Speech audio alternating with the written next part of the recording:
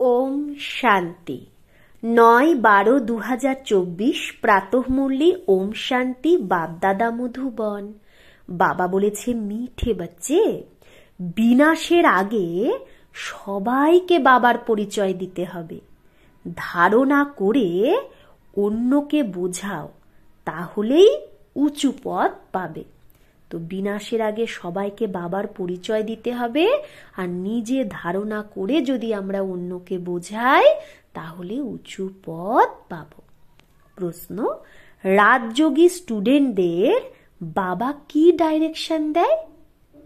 বাবা রাজযোগী স্টুডেন্টদের কি ডাইরেকশন দেয়?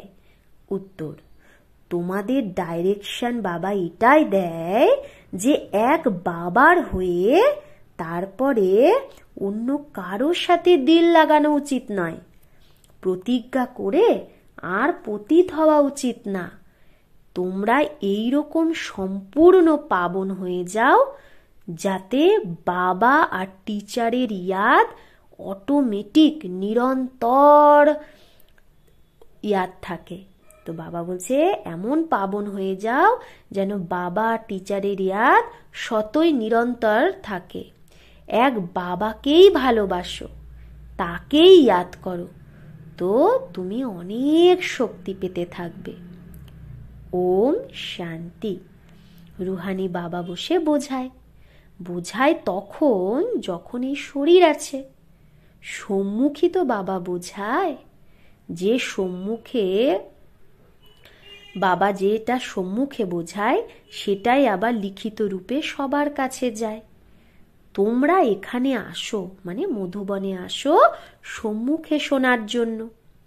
বেহদের বাবা আত্মাদের শোনায়, আত্মাই শোনে, সব কিছু আত্মাই করে এই শরীর দ্বারা।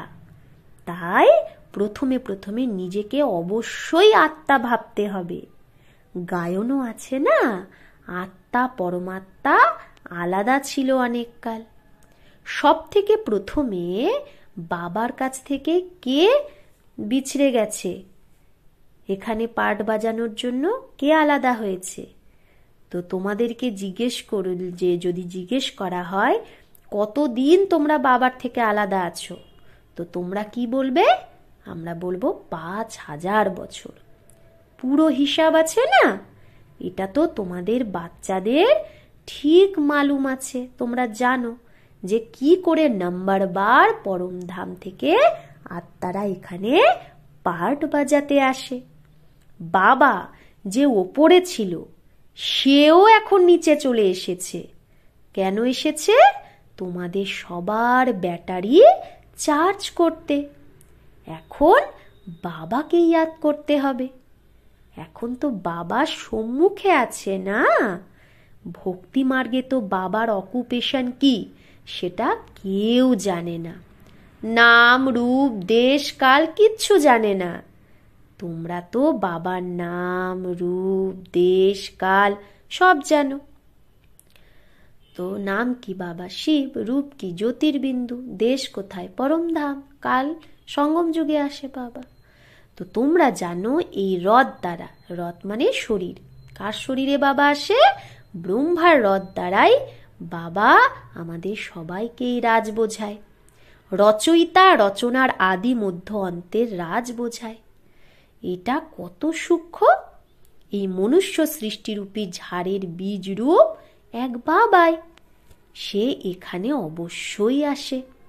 নতুন দুনিয়া স্থাপন করা বাবারই কাজ। এইরকম না যে পরমধামে বসে বাবা স্থাপনা করবে, না। তোমরা বাচ্চারা জানো বাবা এই ব্রহ্মার তন দ্বারা আমাদের সম্মুখে বোঝাচ্ছে। এটাও বাবার ভালোবাসাই হলো না। বাবা কত ভালোবাসে, তাই বাবা আমাদের জন্য নিচে নেমে এসেছে। আর কেউ বাবার বায়োগ্রাফিকে জানেই না। গীতায় আছে আদি সনাতন দেবী দেবতা ধর্মের শাস্ত্র। তাহলে আদি সনাতন দেবী দেবতা ধর্ম যে স্থাপন হচ্ছে তার শাস্ত্র কোনটা? গীতা। এটাও তোমরা জানো। কি জানি? যে এই জ্ঞানের পরেই বিনাশ হবে। বিনাশ তো অবশ্যই হবে, জরুর হোনা হে। আর যত ধর্মস্থাপক আসে তাদের আসলে কিন্তু বিনাশ হয় না, বিনাশের টাইমই হলো এটা। তাই তোমরা যে জ্ঞান এখন পাচ্ছ সেটা আবার খালাস হয়ে যাবে। বিনাশ হলে এই জ্ঞানটাও খালাস হয়ে যায়। তোমাদের বাচ্চাদের বুদ্ধিতে এখন এগুলো সব কথা আছে। তোমরা রচয়িতা রচনাকে জেনে গেছো। হ্যাঁ, দোনো অনাদি। রচয়িতা রচনা মানে পরমাত্মা আর আত্মা দুটোই তো অনাদি, যেটা চলে আসছে। বাবার পার্টি আছে সঙ্গম যুগে আসার। ভক্তি আধা কল্প চলে, জ্ঞান চলে না।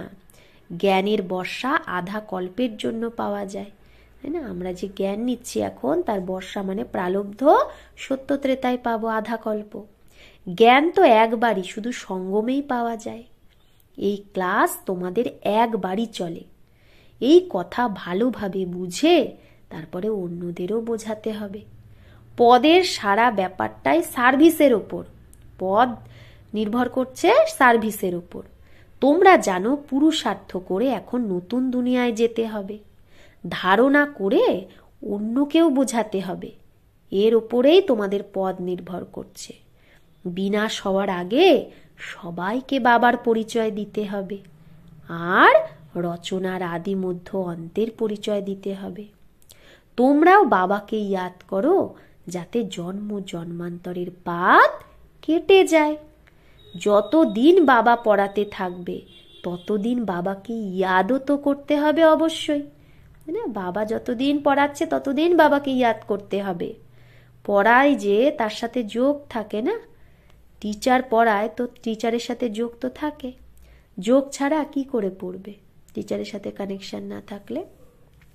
যোগ মানে বাবা কি বলছে, পড়ানে ওয়ালে কি ইয়াদ, যে পড়াচ্ছে তার ইয়াদ মানে বাবার। এটা বাবা বলছে, বাবা বাবাও, টিচারও, আবার সদ্গুরুও। তো তিন রূপে পুরো ইয়াদ করতে হবে। এই সদ্গুরু তোমরা একবারই পাও, জ্ঞানের দ্বারা সদ্গতি পাও, ব্যাস। তারপরে গুরুর রসম রিওয়াজি খতম।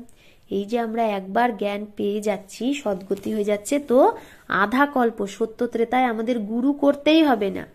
বাবা টিচারের রসম চলতি হ্যাঁ, সত্য ত্রেতায় বাবা থাকবে, লৌকিক বাবা থাকবে, লৌকিক টিচার থাকবে, কিন্তু গুরু থাকবে না। গুরুর রসম 2500 বছরের জন্য শেষ হয়ে যায়, কারণ সদ্গতি পেয়ে যাই না আমরা। হ্যাঁ, গুরু তো দুর্গতিতে করে, তাই দুর্গতি হবে আবার দাপট থেকে, তখন থেকে আমরা গুরু করব। তো নির্বাণ ধামে তোমরা প্র্যাকটিক্যালে যাও, তারপরে নির্বাণ ধাম থেকে নিজে নিজে সময়ে পাঠ বাজাতে আসো। মুক্তি, জীবন মুক্তি দুটোই তোমরা পাও। মুক্তিও তো অবশ্যই পাও। অল্প সময়ের জন্য তোমরা ঘরে মানে পরম ধামে গিয়ে থাকবে। এখানে তো শরীর দ্বারা পাঠ বাজাতে হয়, লাস্টে সব পাঠধারী চলে আসবে। পরমধাম থেকে সব পাঠধারী লাস্টে চলে আসবে। নাটক যখন পুরো হয়ে যায় তখন সব একটা স্টেজে চলে আসে না?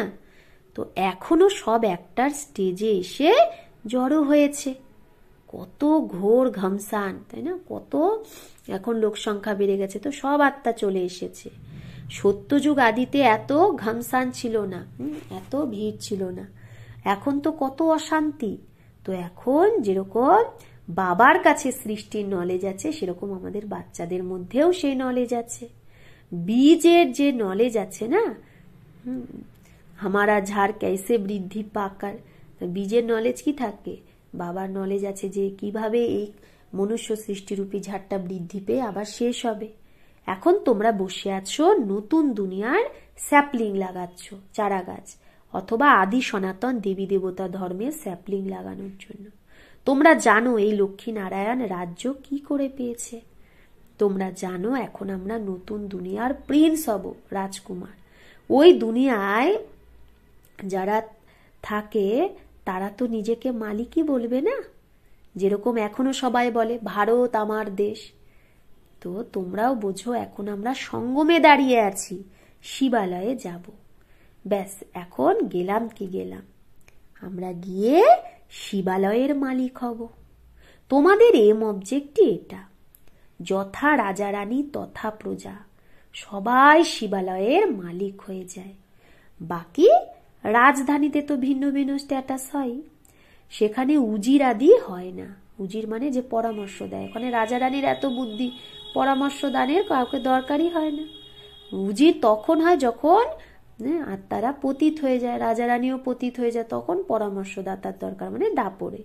লক্ষ্মী নারায়ণ বা রাম সীতার উজির কখনো শুনবে না, কারণ তারা নিজেই শতপ্রধান পাবন বুদ্ধি সম্পন্ন। যখন পতিত হয়ে যায় তখন রাজা রানী একটা উজির রাখে রায় নেওয়ার জন্য। এখন তো দেখো কত উজির, কত পরামর্শদাতা। তোমরা বাচ্চারা জানো এটা অনেক মজার খেলা।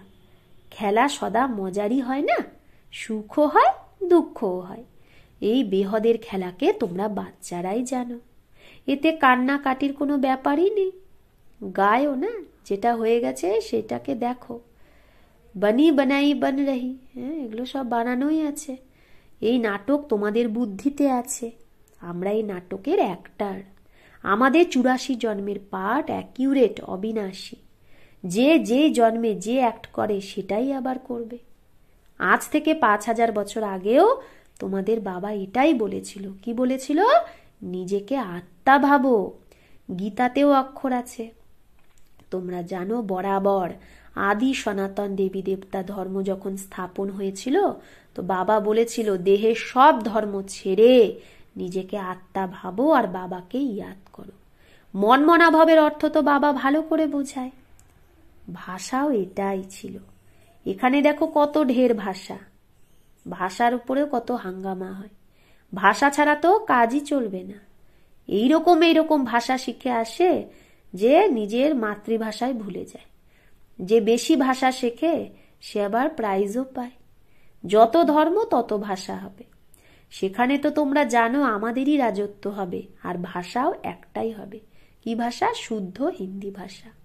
এখানে তো 100 মাইল পর পর আর একটা ভাষা, সেখানে তো সারা দুনিয়াতে একটাই ভাষা হয়। এই সব কথা বাবাই বসে বোঝায়, তো সেই বাবাকেই ইয়াদ করতে থাকো। শিব বাবা ব্রহ্মা দ্বারা বোঝায়। রথ তো অবশ্যই চায় না। শিব বাবা আমাদের বাবা। বাবা বলে আমার তো বেহদের বাচ্চা। শিব বাবা এই তন দ্বারা পড়ায় না, তো টিচারকে কখনো গলায় গলা লাগায় কি? থরেই। বাবা তো তোমাদের পড়াতে আসে, রাজযোগ শেখায়। তাহলে বাবা টিচার হলো না, তোমরা হলে স্টুডেন্ট। স্টুডেন্ট কখনো টিচারের গলায় গলা মেলায়? এক বাবার হয়ে অন্য কারোর সাথে দিল লাগানো উচিত না। বাবা বলে আমি তোমাদের রাজযোগ শেখাতে আসি না, তোমরা শরীরধারী, তোমরা আর আমি অশরীরী, উপরে থাকি। বলে বাবা পাবন বানাতে আসো, তার মানে তোমরা পতিত, তার জন্যই বাবাকে ডাকো। তাহলে তোমরা পতিত, তাহলে কি করে আমার গলায় গলা মেলাতে পারো, আলিঙ্গন করতে পারো? ভাকি পেহেন সকতে হো। প্রতিজ্ঞা করে আবার পতিত হয়ে যায়। যখন একদম পাবন হয়ে যাবে লাস্টে, তখন ইয়াদেও থাকবে, টিচার গুরুকেও ইয়াদ করতে থাকবে। এখন তো ছি হয়ে আবার নিচে নেমে যায়, আরোই সগুণাদণ্ড হয়ে পড়ে যায়। আর ব্রহ্মা তো মাঝখানে দালাল রূপে পেয়েছ, ইয়াদ তো করতে হবে শিব বাবাকে। বাবা বলে আমিও, বাবা মানে এখানে ব্রহ্মা বাবা বলে আমিও শিব বাবার মুরব্বী বাচ্চা, ভালো বাচ্চা, প্রিয় বাচ্চা। তাহলে আমি কি করে আলিঙ্গন করতে পারি? তোমরা এই শরীর দ্বারাই তো বাবাকে পাও। আমি কি করে তোমাদের সাথে ভাকি পেহেনু, গলায় গলা মেলায়? বাবা তো বলে বাচ্চা তুমি এক বাবাকেই ইয়াদ করো, শিব বাবাকে ভালোবাসো। ইয়াদের দ্বারা অনেক পাওয়ার পাবে। বাবা সর্বশক্তিমান, বাবার থেকেই তোমরা এত পাওয়ার পাও। তোমরা কত বলবান হও, তোমাদের রাজধানী কেউ জিততে পারে না। রাবণ রাজ্যই শেষ হয়ে যায়, দুঃখ দেওয়ার মতো কেউ থাকেই না, তাকে সুখধাম বলা হয়। রাবণ সারা বিশ্বে সবাইকে দুঃখ দেয়, তাই এখানে পশু পাখি জন্তু জানোয়ারও দুঃখী হয়ে যায়। সেখানে তো পশু পাখিও আপোষে কি থাকে? প্রেম সে থাকে। এখানে তো প্রেমই নেই। তোমরা বাচ্চারা জানো এই ড্রামা কি করে ঘোরে। এর আদি মধ্য অন্তের রাজ বাবাই বোঝায়। কেউ ভালোভাবে পড়ে, কেউ কম পড়ে, কিন্তু পড়ে তো সবাই না। সারা দুনিয়াও পড়বে, অর্থাৎ বাবাকে ইয়াদ করবে। বাবাকে ইয়াদ করা এটাও পড়া না, সেই বাবাকে সবাই ইয়াদ করে। সে সবার সদ্গতি দাতা, সবাইকে সুখ দেয়। বলেও না মানুষ, এসে পাবন বানাও, তার মানে নিশ্চয়ই সবাই পতিত হয়ে গেছে। সে আসে বিকারীদের নির্বিকারী বানাতে। ডাকেও না, হে আল্লাহ এসে আমাকে পাবন বানাও। তার ধান্দাই হলো এটা, পাবন বানানো। তার জন্য তো সবাই ডাকে। তোমাদের ভাষাও কারেক্ট হওয়া উচিত। মানুষ বলে আল্লাহ, কেউ বলে গড, গড ফাদারও বলে। লাস্টে যারা আসে তাদের বুদ্ধি তো তাও ভালো থাকে, এত দুঃখ তারা পায় না যারা কলিযুগের শেষে আসে। তো এখন তোমরা সম্মুখে বসে কি করছো? বাবাকে এই ব্রহ্মার ভ্রুকুটিতে দেখছো, বাবা আবার তোমাদের ভ্রুকুটির মাঝে দেখছে। যার মধ্যে বাবা প্রবেশ করে, বাবা কি তাকে দেখতে পায়? সে আত্মাটা তো তার পাশেই বসে আছে। এটা বোঝার ব্যাপার। বাবা বলে আমি ব্রহ্মার আত্মার পাশেই বসে আছি, এও বোঝে, কারণ সে তো আমার পাশেই বসে আছে। তোমরা বলবে আমরা তো সামনে দুজনকে দেখতে পাচ্ছি, একটা শিব বাবার আত্মা, একটা ব্রহ্মার। বাবা আর দাদা দুজনের আত্মাকেই দেখো তোমরা। তোমাদের মধ্যে জ্ঞান আছে। বাপ দাদা কাকে বলে? আত্মা সামনে বসে আছে। ভক্তি মার্গে তো চোখ বন্ধ করে বসে শোনে। পড়া এইভাবে থোড়েই হয় চোখ বন্ধ করে? টিচারকে তো দেখতে হয় না। বাবা তো বাবা ও টিচারও, তাহলে তাকে সামনে দেখতে হবে। সামনে বসে আছো আর চোখ বন্ধ, ঝুটকা খাচ্ছ, এরকম তো পড়া হয় না। স্টুডেন্ট টিচারকে অবশ্যই দেখতে থাকবে, না হলে টিচার বলবে এ তো ঝুটকা খাচ্ছে, এটা হয়তো ভাং খেয়ে এসেছে। তো তোমাদের বুদ্ধিতে আছে বাবা এই ব্রহ্মার তনে এসেছে, দেখতে হবে বাবাকে। আমি বাবাকে দেখছি। বাবা বোঝায় এই ক্লাস কমন না, যা বাবা বলছে এই ক্লাস কমন ক্লাস না যে চোখ বন্ধ করে বসবে। স্কুলে কখনো কেউ চোখ বন্ধ করে বসে কি? অন্য সৎসঙ্গকে তো স্কুল বলা হয় না। বলে গীতা বসে শোনায়, কিন্তু ওকে তো স্কুল বলা হয় না, ওগুলো সৎসঙ্গ। সেখানে কি বাবা থোড়েই আছে যে সম্মুখে দেখবে? কেউ কেউ শিবের ভক্ত হয় তো শিবকেই ইয়াদ করে, কান দিয়ে কথা শুনতে থাকে। শিবের ভক্তি যারা করে তাদের শিবেরই ইয়াদ আসে। কোনো সৎসঙ্গে প্রশ্ন উত্তরাদি হয় না, কিন্তু এখানে হয়। কেন? এটা তো স্কুল, এখানে তোমাদের আমদানিও অনেক হয়। আমদানিতে কখনো হাই ওঠা উচিত না। ধন পাচ্ছ তাহলে তো খুশি হবে, জ্ঞান ধন। হ্যাঁ, যদি হাই ওঠে উবাসী, তার মানে এটা দুঃখের নিশানি।